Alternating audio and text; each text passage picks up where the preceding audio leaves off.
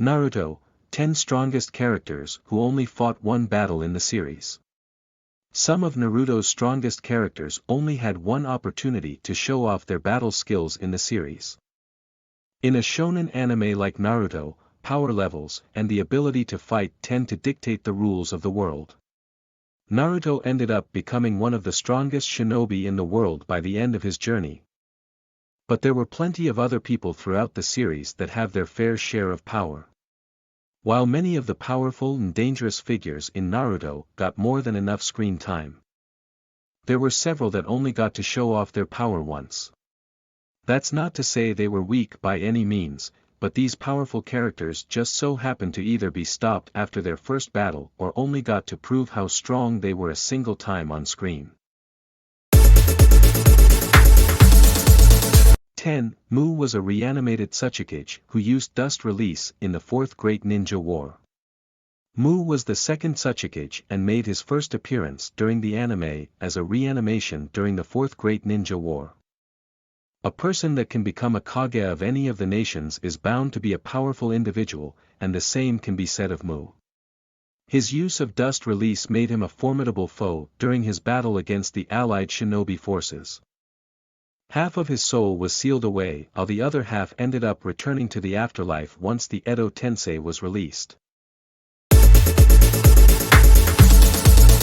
9. The third Raikage was only defeated when Naruto turned his own offensive against him. The third Raikage was another dead shinobi summoned to the field of battle during the Fourth Great Ninja War. His ability and skill were the stuff of legend, and the only scar on his body was revealed to be of his own doing. If left unchecked, he would have easily wiped a huge chunk of the allied shinobi forces out. Naruto was only able to defeat him by turning his own offensive technique against him. This was the only time he was shown fighting, but it was an impressive showing. 8. Pakura's Scorch Release had deadly results in the war. Kabuto only went out of his way to reanimate powerful ninja, and Pakura was no exception.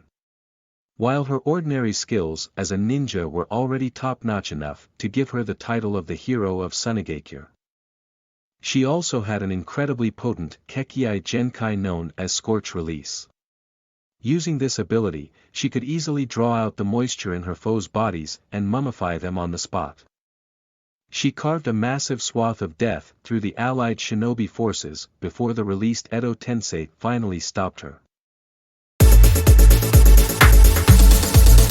7. Juzo had to be taken down by the fourth Mizukage's tailed beast bomb.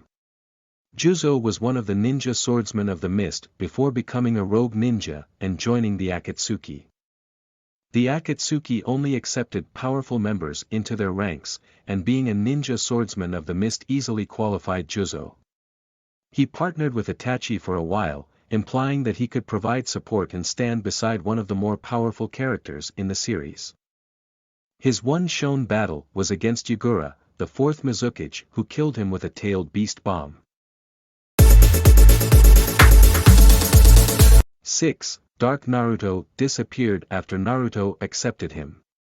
Dark Naruto showed up very briefly to oppose Naruto in being able to master attaining Kurama's chakra.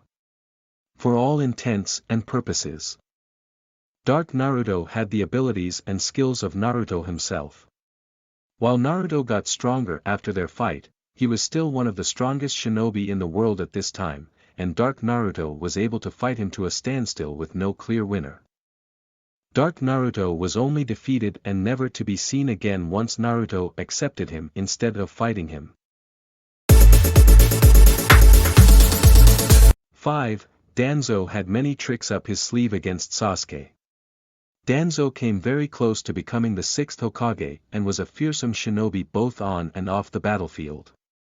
During his battle with Sasuke, he proved to be a powerful adversary with a wide array of abilities like wind style, summoning jutsu, and a whole arm covered in Sharingan that he could use for various purposes.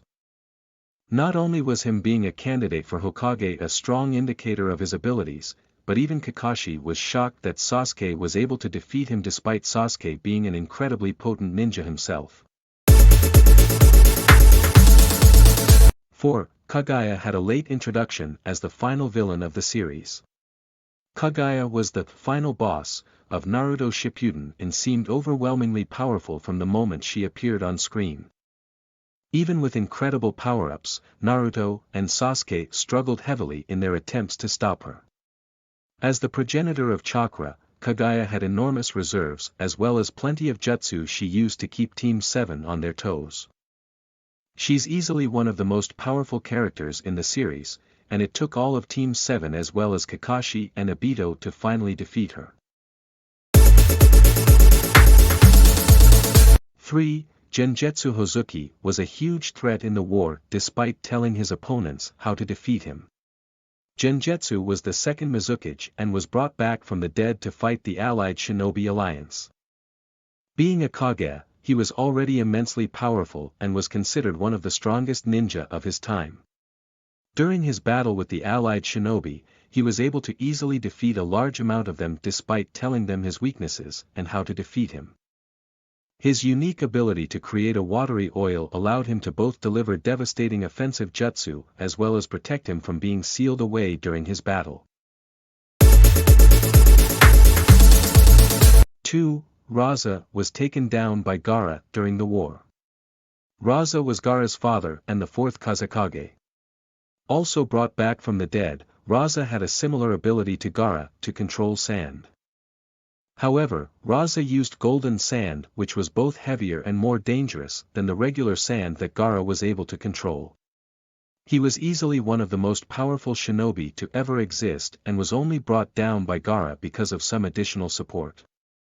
Losing to Gaara was his only defeat in battle, as his death came about from trickery, not a contested fight. 1. Ginkaku were reanimated for the war connected to the Sage of Six Paths. Ginkaku and Kinkaku were a pair of brothers known for being immensely powerful. They already had an immense amount of power and chakra due to consuming some of Kurama's flesh. But they were also related in some way to the Sage of Six Paths. This allowed them to use several of his treasured tools and they were an absolute menace on the battlefield. They were considered to be one of the biggest threats among all of the shinobi who were reanimated. And it was clear they would have done an extreme amount of damage if they weren't stopped.